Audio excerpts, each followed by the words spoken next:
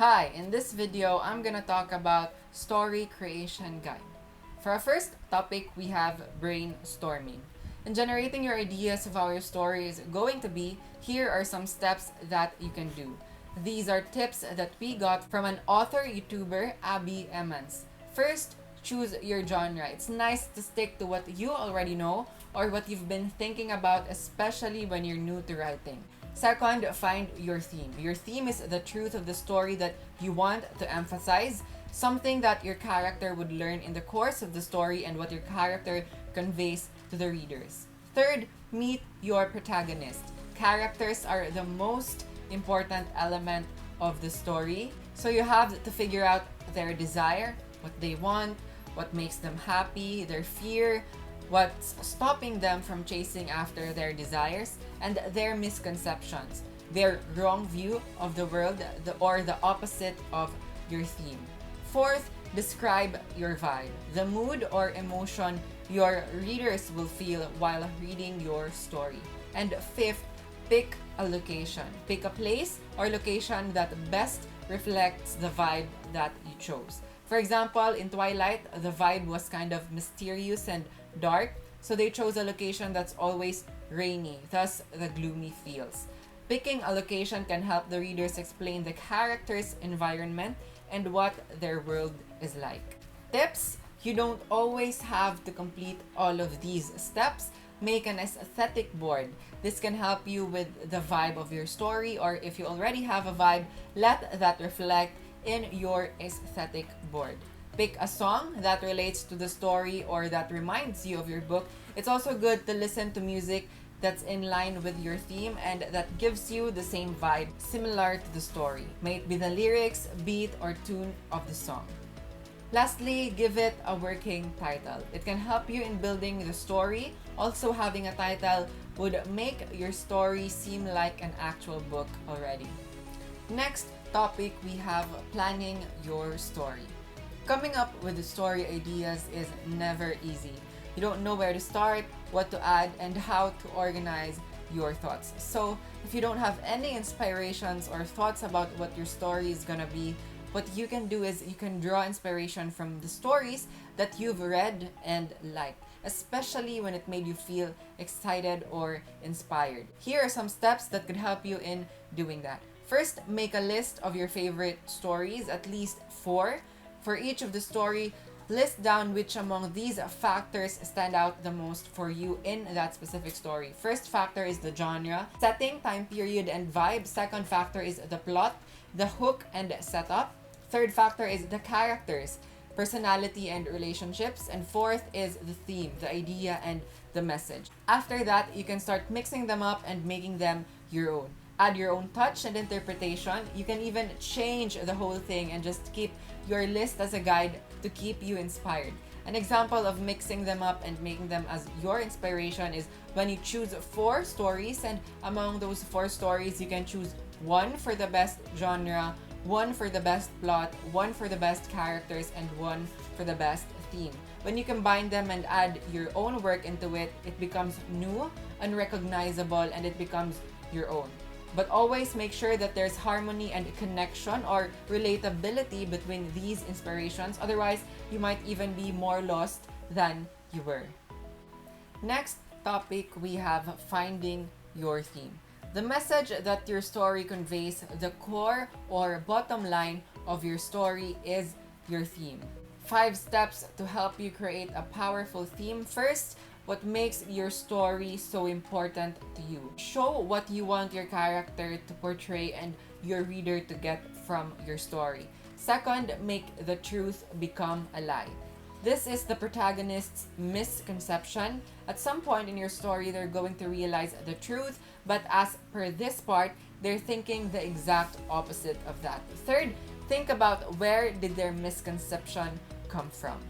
Digging into the past of your protagonist. So think about what happened in my protagonist's past that led to this misconception. Fourth, search for patterns. Your protagonist repeatedly acts on their misconception. These misconceptions did not just enter your protagonist's mind, Rather, they experienced different struggles and events repeatedly that even their belief got messed up.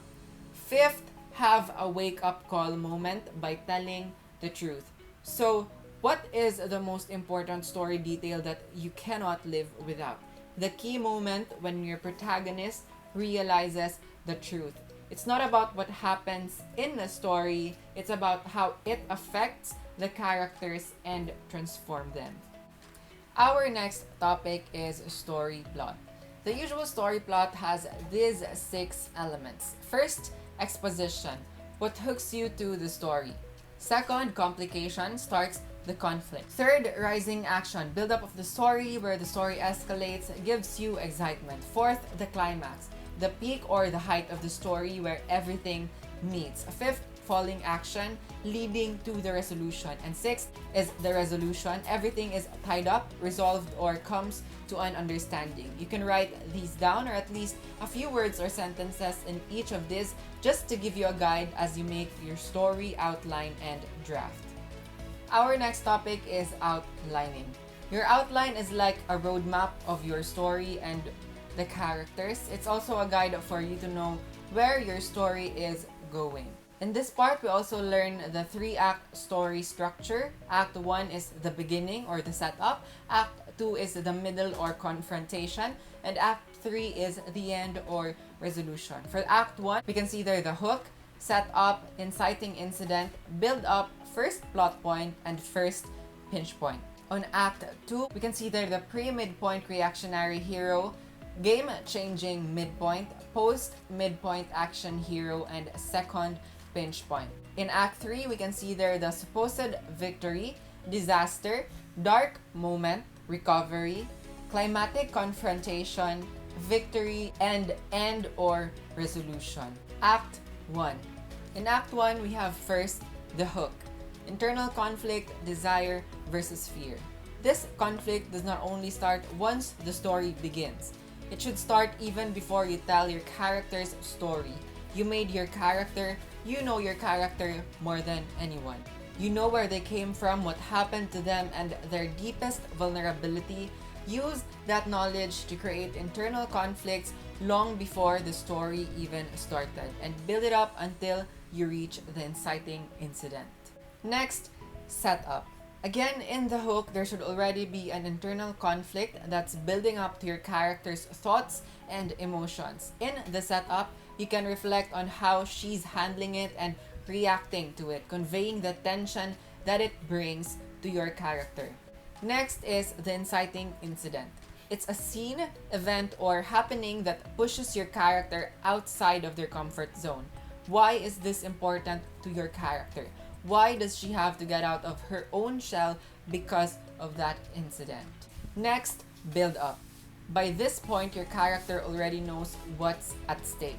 They might not fully understand it yet, but they're aware of their internal struggle and how it's going to affect them. Next, first plot point. Because she's already aware of her internal conflicts, she would have to react to them in some way and try to get her own way over them.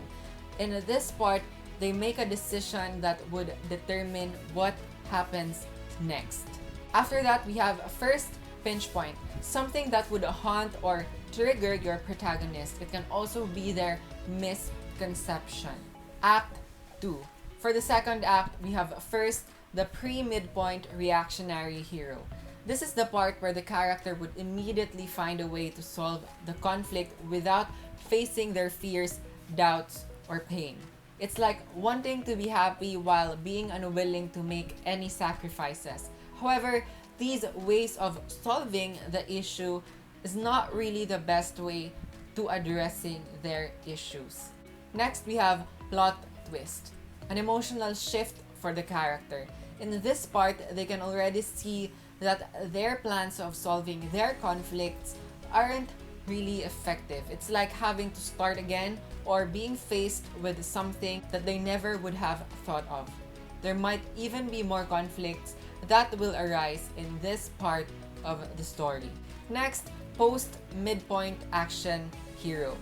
Create a step-by-step plan that your character would try to do as a reaction to their failed solutions. The character would be even more devastated as they realize that things aren't working for them, not even their own plans. Next is second pinch point. In this part, their misconception in the first pinch point or their triggering factors would now show up and come back to them again.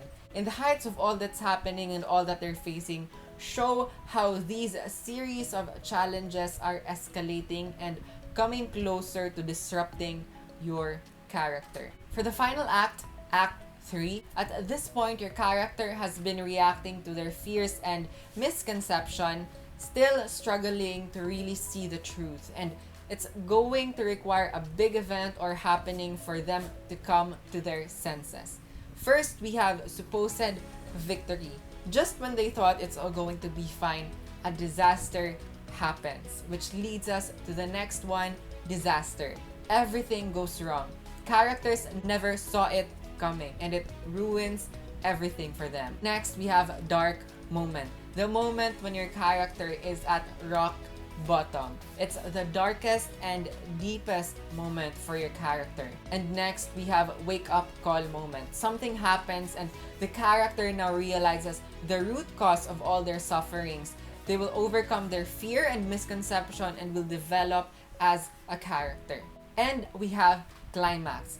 This is the moment that your readers are waiting for. The character faces all the biggest challenges, internal and external conflicts, and everything that's been building up and causing problems. Show their growth and transformation, what they've become after their journey. And lastly, we have victory. This victory does not always have to mean winning. It's not about winning the battle or living happily ever after. It's a victory for your character because they were able to face and overcome their fears and misconceptions. Lastly, show your readers how the character has changed over the course of the story. Our last topic is draft. Making your draft can be time-consuming and sometimes it's not as fun as you think it's gonna be. Here is another set of tips or reminders we got from Abbie Emmons for you to maximize your time in making your drafts. By doing these steps, you save yourself a lot of time. First, prepare your outline beforehand. Second, have your detailed vision listed and ready. Use your imagination and creativity, the influx of ideas and even spur of the moment ideas while you're doing something else, because that can also happen sometimes. Try to list them down because it can help you in your story details. Third, research ahead before you start your draft. And lastly, prepare your writing space ahead of time.